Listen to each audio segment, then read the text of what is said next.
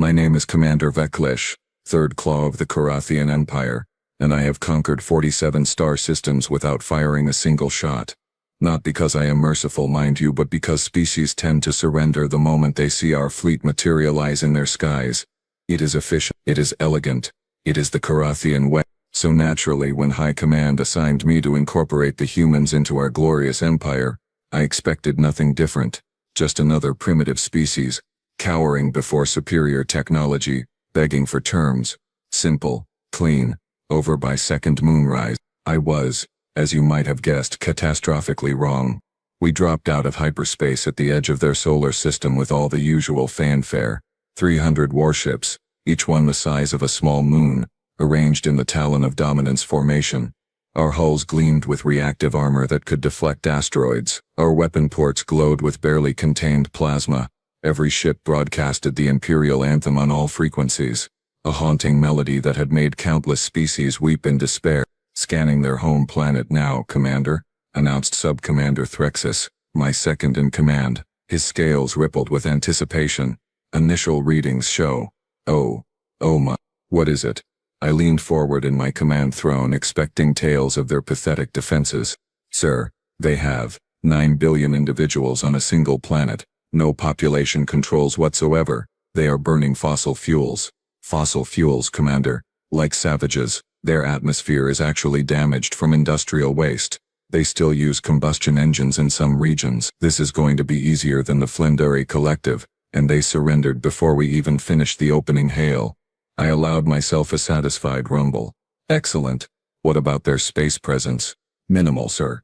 A few hundred satellites, one small station in orbit, some probes scattered around their system. Nothing that could even scratch our paint. Threxus paused, his ridges furrowing. Wait, sir. I am detecting some vessels approaching our position. Battle formation? No, sir. They appear to be civilian transports. Maybe science vessels. They are hailing us on multiple frequencies. I settled back, allowing my ceremonial cloak to drape properly. Time for the traditional script. Open a channel, visual and audio. Let them see what stands before them. The view screen flickered to life, and I got my first look at a human. The creature was small, soft-looking, with only 2 eyes and no visible natural weapons. It wore some sort of primitive fabric covering and sat in what appeared to be a cramped metal box with blinking lights. The being smiled, showing blunt, flat teeth. Holy cow, the human exclaimed. Are you guys for real? Jenkins, are you seeing this? They look like someone put a crocodile, a dragon, and a really angry bodybuilder in a blender. I blinked all 3 of my eyes in sequence, a gesture of confusion among my people. Was this creature mocking us? I am Commander Veklish of the Karathian Empire. I began using my most resonant vocal cords. You stand before the assembled might of 300 Imperial warships. Your planet has been selected for incorporation into our glorious civilization. You will submit your governments for processing, dismantle your military forces, and prepare to accept Imperial law. Failure to comply will result in— Dude, hold on, the human interrupted, actually waving its tiny appendage at me. Jenkins, are you recording this? This is comedy gold. Listen to this guy. He sounds like he rehearsed this in the shower. I heard another voice from off-screen. Presumably this Jenkins creature. Oh man, Rick, this is incredible. Do you think they do parties? My kid would love this for his birthday. Rick, apparently the first human, turned back to face me. His face had contorted into an expression I did not recognize at the time. Later I would learn to identify it with soul-crushing familiarity. He was trying not to laugh. Okay, Rick said, wiping moisture from his eyes. Sorry, I am being rude. Please, continue with your terrifying conquest speech. We are super scared, quaking in our boots. Please do not incorporate us. The last sentence was delivered in the most insincere tone I had ever encountered. Behind me I heard Threxus whisper, Sir, what is happening? I had no answer. In 4 decades of service across hundreds of first contacts, nothing had prepared me for this. The human called Rick was openly grinning now. So, Commander Velcro, was it? Veklish. Right, Veklish. Sorry. Listen, I am just a cargo hauler, but I gotta tell you, this whole intimidating alien empire thing, the glowing ships, the dramatic lighting, the ominous voice, chef's kiss, my friend. Solid 8 out of 10 for presentation. You would have gotten a 9, but the anthem is a bit much. Feels like you are trying too hard, you know. I felt my secondary jaw clench, a reflexive response to extreme stress among my kind. You dare mock the Korathian Empire? We have brought 1,000 worlds to heal. We have crushed armadas that would blot out your sun. We possess weapons that can crack planets like eggs. Eggs? Rick slapped his control panel, causing several lights to blink. Jenkins, he said, eggs. This guy is killing me. I am not trying to kill you. I roared, my voice reaching frequencies that should have shattered his primitive equipment. I am trying to conquer you. Oh man, Rick wheezed, his face turning an alarming shade of red. Okay, I need to breathe. Wow. Commander, serious question. How long did it take you guys to come up with all this material? The threatening poses, the scary voice modulation, the weapon sounds, because honestly, it is fantastic. Very professional. Do you have like a whole department dedicated to this? Threxus leaned toward me, his voice barely audible. Commander, perhaps this specimen is defective. Should we request to speak with their leadership? I nodded, trying to regain some measure of control. Human Rick, I demand to speak with your planetary government immediately. These matters are too important for cargo haulers. Oh sure, no problem, Rick said, still grinning. Let me patch you through to Earth Defense Command. Fair warning though, they are probably going to enjoy this even more than I am. Jenkins, transfer him to EDC Channel 7. Tell them we got a comedian in Sector 4. The screen flickered. A moment later a new human appeared. This one wore what I assumed was a military uniform, though it looked absurdly simple compared to my ceremonial armor. The human had short dark hair, and bore several colored rectangles on its chest. Possible rank insignia. This is Admiral Patricia Kowalski, Earth Defense Command, the human said, her tone crisp and professional. Then she saw me, and her lips twitched. Oh wow. Rick was not kidding. You are really committing to the bit, huh? This is not a bit, I bellowed. I am Commander Veklish of the Korathian Empire. Yes, we picked up your broadcast, Kowalski interrupted. The anthem was a nice touch, very Wagner. Little derivative, but I appreciate the effort. She leaned forward, studying me with those disturbing two-eyed creatures possess. So let me guess, you want us to surrender unconditionally, hand over all our resources, submit to your benevolent rule, etc., etc. Finally, a human who understood the situation. Yes, precisely.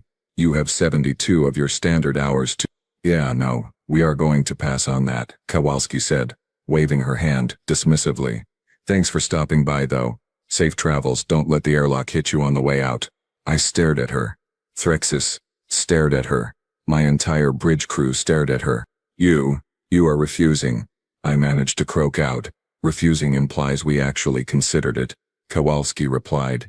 This is more like I do not know declining a timeshare presentation. Look, Commander, I am sure your whole intimidation routine works great on other species. But we humans have been threatening each other for thousands of years. We have gotten really good at it. Your performance is, well, it is cute. But it lacks that certain je ne sais quoi. Cute? My voice came out as a strangled hiss. We have atomized civilizations. We have brought extinction to those who defied us. Kowalski said, examining her fingernails with apparent disinterest. And we invented nuclear weapons while we still used propeller aircraft. We pointed thousands of them at ourselves for decades just to see who would blink first. Nobody did. We are kind of insane like that. Behind Kowalski, I could see other humans at various stations. Several were trying and failing to suppress laughter. One was wiping tears from its eyes. Another was making strange snorting sounds. Admiral, I said, fighting to keep my voice level. Perhaps you do not understand the gravity. Oh, we understand gravity just fine. Another human voice called out from somewhere off-screen. We even understand yours. Your flagship is putting out about 1.3 standard Gs, which means your artificial gravity compensators are actually pretty impressive, I will give you that. Kowalski grinned. That was Lieutenant Chin, our science officer. He gets excited about tech specs. Look, Commander Veklish. Right, sorry, bad with names. Here's the thing. We appreciate you coming all this way, we really do. The light show was spectacular, but we are not interested in being incorporated, assimilated, conquered, or otherwise bothered. So how about you turn those 300 pretty ships around and head back to wherever you came from? We will pretend this never happened. No hard feelings. I felt something crack inside my chest. Pride, perhaps. You have 72 hours, I repeated, my voice cold as the void. Submit, or face annihilation. Sure thing, buddy, Kowalski said, giving me a cheerful salute. We will get right on that. Kowalski out. The screen went dark. For a long moment, nobody on my bridge spoke. Finally, Threxus cleared his throat. Sir, what just happened? I have no idea, I admitted, but I am going to find out.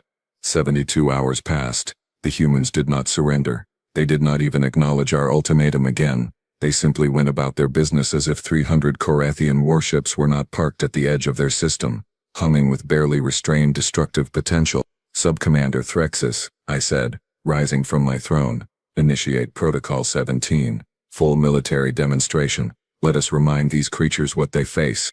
With pleasure, Commander, Threxus replied, his scales flushing with anticipation. All ships, assume attack posture Gamma. Charge primary weapons to 60%. Prepare for synchronized firing display. Our fleet shifted into formation, a maneuver we had perfected over centuries. Each ship moved with mechanical precision, creating a three-dimensional pattern that resembled a massive claw reaching toward Earth. Our weapon ports glowed brighter, cycling through menacing colors, red to orange to white hot. We targeted a nearby uninhabited moon, one of the gas giants in their outer system. Fire, I commanded. 300 plasma lances erupted simultaneously. The beams converged on the moon, and for a moment the entire rock glowed like a newborn star. Then it cracked. Chunks the size of mountains broke away, spinning off into space. Within 30 seconds, the moon had been reduced to an expanding field of debris. Broadcast that to all human channels, I ordered. Let them see what defiance costs. Moments later, Threxus looked up from his console, his expression confused. Sir, we are receiving a response. It is that same admiral from before. Kowalski appeared on screen again, this time holding a steaming beverage in a small container. Hey, Commander, thanks for the show. That was some pretty impressive firepower. We have been analyzing the energy output and, I gotta say, those plasma projectors are seriously cool. Where did you guys get them? Did you develop them yourselves or steal them from someone else? No judgment if you stole them. That is basically how we got half our good ideas. I opened my mouth, closed it, opened it again. Did you not see what we just did to that moon? Oh yeah, totally saw it, Kowalski said, taking a sip from her container. Stellar performance, literally. But here is the thing. That moon was already dead. No atmosphere, no life, just rock. You basically spent a massive amount of energy making some big rocks into smaller rocks. We have been doing that for mining purposes for like 50 years now. Granted, our version takes longer, but the principle is the same. We could do that to your planet, I roared. Could you though? A new voice asked. The screen split, and another human appeared. This one wore a different uniform, dark blue instead of the military gray. She had bronze skin, dark eyes that sparkled with amusement, and an expression of such complete relaxation that it made my scales itch. Captain Rebecca Torres, Diplomatic Corps. Sorry to interrupt the testosterone display, but I think we need to talk. There is nothing to discuss, I snarled. You surrender, or you die. See?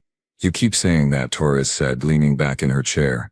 She put her feet up on what appeared to be her control console. Her feet, on the console. But I am not really feeling the threat, you know. You guys show up, do your whole big bad empire routine, blow up a moon we were not even using and expect us to just roll over. It is kind of adorable, actually. Adorable. I felt my temperature rising to dangerous levels. Yeah, adorable. Like a toddler throwing a tantrum. Torres smiled, and it was the most infuriating expression I had ever witnessed. Look, Veklish. Can I call you Veklish? Great. Here is the situation from our perspective. You show up in our neighborhood with your big ships and your glowy weapons and your, what did Rick call it? Oh yeah, your drama club energy. You make threats. You blow stuff up. And you expect us to be scared. You should be scared, Threxus interjected, unable to contain himself. But we are not. Torres continued, ignoring him completely. Want to know why? Because about 200 years ago, we split the atom, figured out how to release energy from matter itself, and the first thing we did, the very first thing was build bombs out of it, and drop them on ourselves. We are the species that invented doomsday weapons before we invented decent computers. We scared ourselves so badly that we almost went extinct like 6 different times. Nuclear war, climate collapse, Engineered plagues, rogue artificial intelligence, nanomachine Grey Goo scenario, that thing with the particle accelerator that almost nobody talks about. We have been to the brink and back so many times we installed a gift shop. I stared at her. You are insane. Probably, Torres agreed cheerfully. But that is kind of our thing. We are the species that looked at space, that infinite void of radiation and death, and said, hey, let us go play in that. We are the species that saw the food chain and decided we belonged at the top of it despite being slow, weak, and having no natural weapons. We are persistence predators, Commander. We do not give up. We do not back down. And we absolutely positively do not respond well to threats. She swung her feet down and leaned forward, her smile never wavering. So here is my counteroffer. You leave.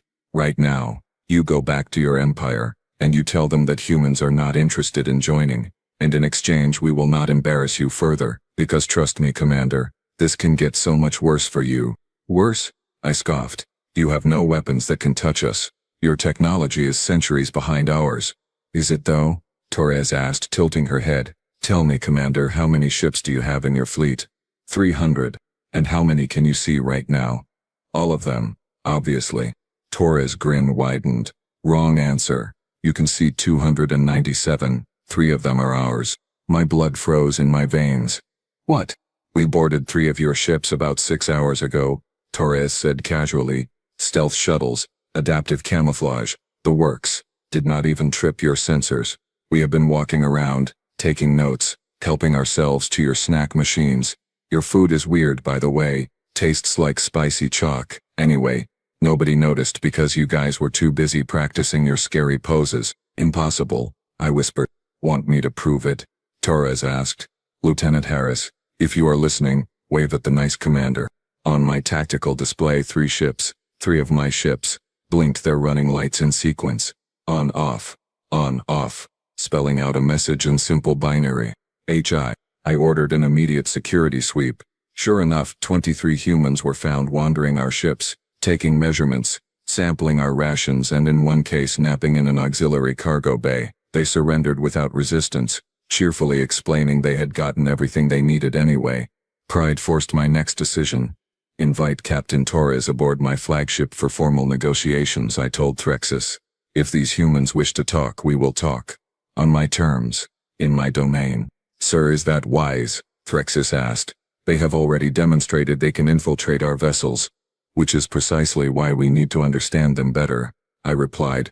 Prepare the grand negotiation chamber. Full ceremonial protocol. I want every intimidation feature active. If they want to play games, let us see how they handle the real pressure of Carathian diplomacy. 3 hours later, a small human shuttle docked with my flagship. I watched on the monitors as 3 humans emerged. Torres led the way, now wearing a formal uniform decorated with various medals and ribbons. Behind her came a tall human male with darker skin and curious eyes, wearing what appeared to be a technician's outfit covered in pockets. The third was a shorter female with sleek black hair, dressed in elegant robes that actually showed some diplomatic sense. Human delegation approaching the grand chamber, my honor guard reported. They are, sir. They are laughing about something. Of course they were. I positioned myself on the throne of authority, a massive seat carved from a single piece of obsidian, elevated 3 meters above the floor. Around me stood my 12 most decorated officers, arranged in the traditional circle of power. The lighting was deliberately dim, with spotlights creating dramatic shadows. Holographic displays showed our military might on every wall. The temperature had been lowered to uncomfortable levels, every detail designed to make visitors feel small, weak, inferior. The doors opened with a satisfying boom. Torres entered first, glanced around and let out a low whistle. Wow, she said. This is really something. Guys, check out this place. It is like a supervillain's lair and a Gothic cathedral had a baby. The male human, the one in the technician outfit, walked straight to one of the walls and started examining the metal plating. Fascinating. Is this reinforced durasteel or a titanium composite? The molecular structure is... Oh man, Torres. They have got some kind of self-healing nano layer. That is so cool. Marcus, focus, Torres said, though she was smiling. We are here for diplomacy, not a tech tour. Right, sorry, Marcus replied, though he kept glancing at the walls like a human child in a candy store. The female human, however, approached with proper decorum. She stopped at the appropriate distance, bowed slightly, and spoke in a measured tone. Commander Veklish, I am diplomat Lisa Nakamura. Thank you for agreeing to meet with us. Your flagship is most impressive. Finally a human with sense. You are welcome, Diplomat Nakamura. Please all of you approach the throne of authority. They walked forward. Torres moved with a casual stride, hands in her pockets. Marcus kept looking around, pointing at things and whispering to Torres. Nakamura maintained her composure, but I noticed the slight upturn of her lips. Before we begin, I said using my deepest, most authoritative voice, you should understand that you stand in the heart of Carathian power. From this very chamber, I have accepted the surrender of 47 species. The weight of imperial authority presses down upon you. Do you feel it? Is that what that is? Torres asked. I thought you just had the air conditioning turned up too high. Marcus, you got a jacket? Marcus was already pulling a garment from one of his many pockets. Always prepared. You want one too, Lisa? I am fine, thank you, Nakamura said, though I saw her suppress a shiver. Torres shrugged into the jacket. Much better. So Veklish, nice digs. Very authoritarian chic. Love what you have done with the lighting, very moody. Shall we get down to business? You dare address me so casually? I demanded. Would you prefer Captain Torres, Commander Veklish and Captain Torres? Ooh, or we could do formal titles. Let me think. I am Captain Rebecca Maria Torres, recipient of the Solar Cross, veteran of the Titan conflict, diplomatic envoy of the United Earth government, and, my personal favorite, 3-time winner of the Luna Base Poker Championship. She grinned. Your turn. I blinked, all 3 eyes in rapid succession. I am Commander Veklish, 3rd Claw of the Carathian Empire, conqueror of 47 worlds, bearer of the Crimson Talon, master of the Stellar Vanguard, voice of the Imperial Throne. Okay, you win, Torres said, holding up her hands. Way more titles. Very impressive. Can we sit down? My feet are killing me. There are no chairs for supplicants before the throne of authority, Threxus growled. No problem, Marcus said, and promptly sat cross-legged on the floor. He pulled a wrapped package from another pocket, unwrapped it, and took a bite. The smell of spices and cooked meat filled the chamber. Anyone want a sandwich? I packed extra. You brought food? I asked, incredulous. Well, yeah, negotiations can take a while, Marcus said through a mouthful of bread. Plus, I get cranky when I am hungry. Fair warning, hangry Marcus is not good at diplomacy. Torres, you want half? Absolutely, Torres said, accepting a portion and sitting down next to him. She took a bite and made an appreciative sound. Lisa, you sure you do not want some? Nakamura sighed, a long-suffering sound, and sat gracefully on the floor. I suppose we are doing this informally then. Commander, please forgive my colleagues. Humans have a complicated relationship with authority. We just do not like people who take themselves too seriously, Torres added, swallowing. No offense, but the whole 3-meter-tall throne, dramatic lighting, circle of scary guards thing. It is a bit much. Makes us want to crack jokes, you know. This is an outrage, one of my officers shouted. You sit before the commander like children at a picnic. First of all, picnics are great, Marcus said. Second, you guys did not provide chairs. Third, the floor is actually pretty comfortable. Is this heated? I think this is heated. Veklish, is your floor heated? I looked at Threxus. Threxus looked at me. Neither of us had an answer. It is a self-regulating temperature system, Threxus finally admitted. It adjusts to the comfort level of those standing on it. See, that is cool, Marcus said enthusiastically. That is the kind of tech we want to talk about, not the conquering stuff, the practical applications. Do you know how useful heated floors would be on Mars? Lisa, write that down, heated floors. I am a diplomat, not your secretary, Nakamura replied, but she smiled. Torres finished her sandwich, wiped her hands on her jacket, and looked up at me with those unsettling 2 eyes. So, Commander, let us stop dancing around this. You want us to join your empire. We are not going to do that. But maybe, just maybe, we can work out something else, something where nobody has to blow up any more moons. And we can all benefit. What do you say? Why would the Carathian Empire negotiate with primitives? I asked. Because we are not as primitive as you think, Torres replied. And because if you actually try to conquer us, you are going to lose. Not might lose. Will lose. And that is going to be really embarrassing for you.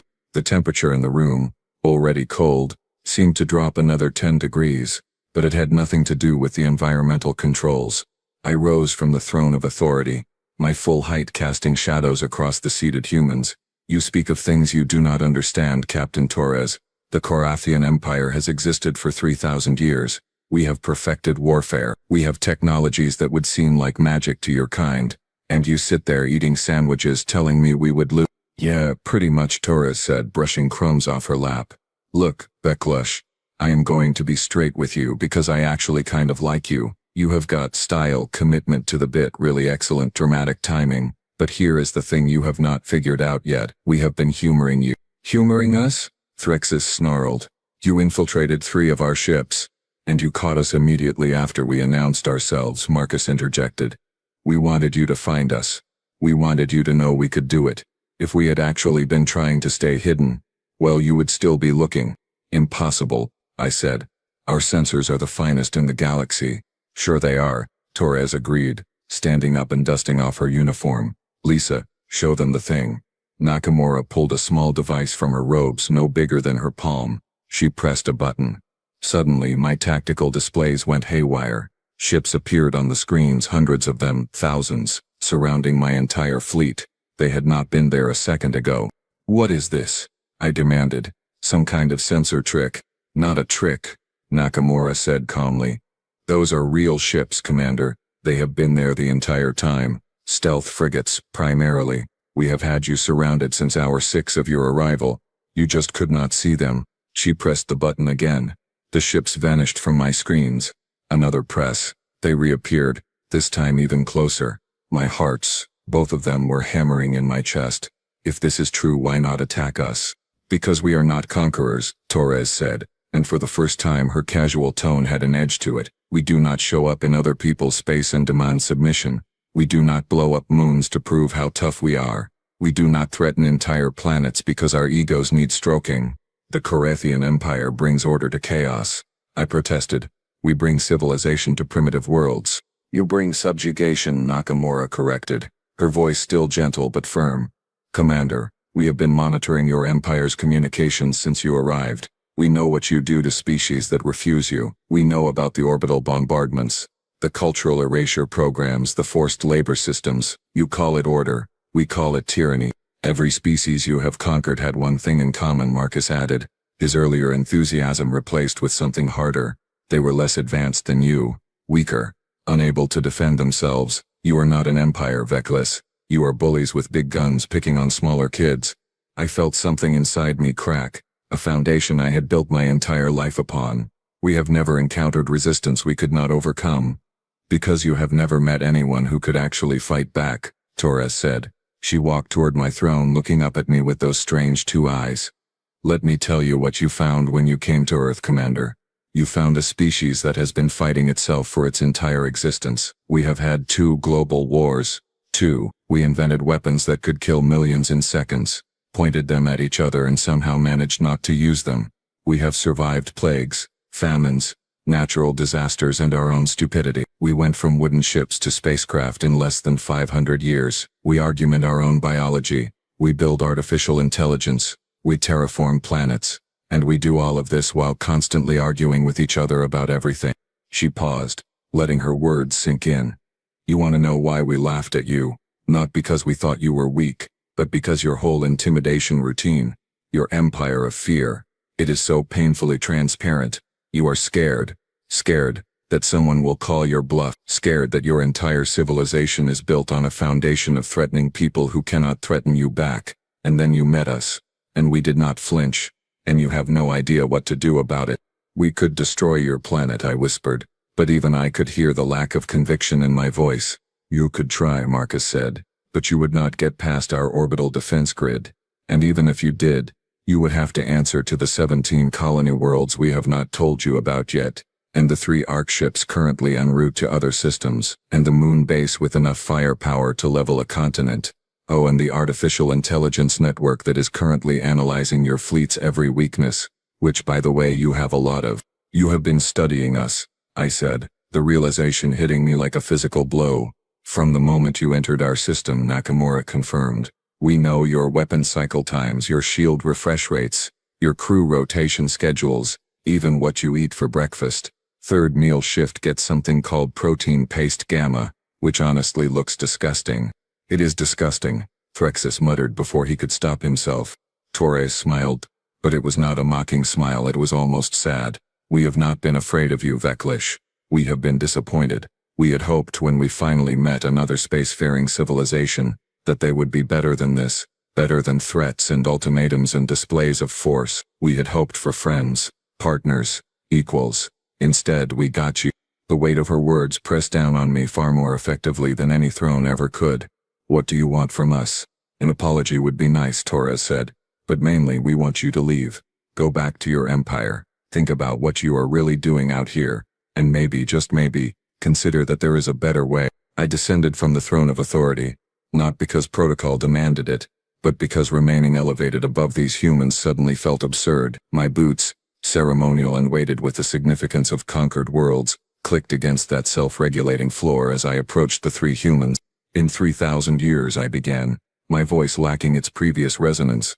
The Korathian Empire has never retreated, never apologized, never admitted error. There is a first time for everything, Nakamura said softly. I looked at Threxus, at my officers, at the holographic displays showing military might that suddenly seemed hollow. We came here believing we were superior, believing that strength alone justified dominance. We have told ourselves this lie for so long that we forgot it was a lie. Hey, self-awareness, Marcus said, giving me an encouraging nod. That is actually huge. Personal growth is hard, especially when you have got 3,000 years of institutional momentum behind you. Do not patronize me, I snapped, then paused. Wait, you have been patronizing us this entire time, haven't you? Torres grinned. Little bit, yeah. But here is the thing, Veklish. We do not hate you. We are not even really mad at you. You are predictable. Every bully follows the same script. Show up, make threats, expect compliance. It gets boring after a while. So the laughter, I said slowly, was not because you thought we were harmless. It was because you thought we were pathetic. Pathetic is a strong word, Nakamura offered diplomatically. Misguided, perhaps. Stuck in outdated patterns. Operating from a paradigm that no longer serves you. She is saying pathetic in a nicer way, Marcus whispered loudly to Torres. I felt my scales flush, a sign of embarrassment among my people. What would you have us do? Return to our empire in disgrace? Admit that we were frightened away by a species we outnumbered and outgunned? Well, first of all, you did not outgun us, Torres corrected. Common misconception. We will let it slide. Second, you do not have to go back in disgrace. You could go back with something better. A treaty, an alliance, an actual partnership with a species that does not fear you. Why would you offer that? Threxus asked, speaking for the first time since sitting down. He had, I noticed, also descended from his position. After everything we have done, everything we threatened, why not simply destroy us and be done with it? Because that would make us you, Torres said simply. Look, we are not perfect. We have done terrible things to each other throughout our history. We have made mistakes that cost billions of lives. But we learned something from all that bloodshed. We learned that strength without wisdom is just violence. Power without compassion is just cruelty. And conquest without purpose is just ego. She extended her hand, that strange human gesture I had seen in our cultural files. So here is the deal. You leave our system. You go back to your empire and tell them that humans are off limits. In exchange, we will open diplomatic channels. We will share some technology, not the weapons stuff, but medical advances, agricultural techniques, things that actually help people. And maybe, just maybe, we can show your empire that there is more to civilization than who has the biggest guns. I stared at her hand. In Korathian culture, we did not touch casually. Physical contact was reserved for combat or mating. That I understood the symbolism, the vulnerability of offering an unprotected appendage to someone who could easily harm it. I reached out with my primary manipulator and grasped her hand. It was warm, soft, fragile. I could have crushed it without effort. Instead, I shook it gently, mimicking the motion I had seen in our files. You have terms? I asked. Just one, Torres said. No more surprise invasions. Next time you want to visit, call ahead. We will even make sandwiches. Despite everything, despite the humiliation and the revelations and the complete dismantling of my worldview, I felt my mandibles twitch in what might have been the Korathian equivalent of a smile. Your food is terrible. Yeah, but it grows on you, Marcus said cheerfully. Like a fungus. Marcus, stop comparing our food to fungus, Nakamura sighed. But some of it literally is fungus. Mushrooms, yeast, cheese. Not helping. I watched them bicker, these strange, soft, absurd creatures who had defeated an empire without firing a shot. They argued with each other, made jokes at inappropriate times, ate during serious negotiations, and somehow, impossibly, had changed everything I thought I knew about power. Captain Torres, I said, interrupting their debate about fungal food products. You said you were disappointed when you met us, that you had hoped for something better. Yeah, Torres admitted. We did. Perhaps, I said carefully, you could teach us how to be that something better, not through conquest or force, but through example. Torres smiled, and this time there was no mockery in it, no condescension, just genuine warmth. Now that, Commander Veklish, is something we can work with. As I gave the order for my fleet to withdraw, as I watched the humans return to their tiny shuttle still arguing about sandwiches, I realized something profound.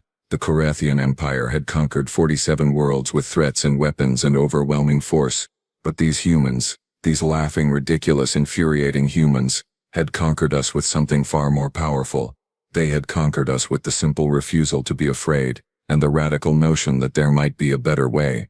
3 months later I received a package at our embassy on the neutral station where our negotiations continued. Inside was a framed picture of that first meeting, with all 3 humans sitting on my heated floor, Marcus mid-bite into his sandwich, Torres grinning at the camera, and Nakamura looking dignified despite the casual setting. At the bottom, in handwritten text, Torres had written, "To Veklish, proof that sometimes the best diplomacy happens on the floor. Thanks for being willing to come down to our level. Next time we will bring better sandwiches." I hung it in my private quarters where I could see it every day.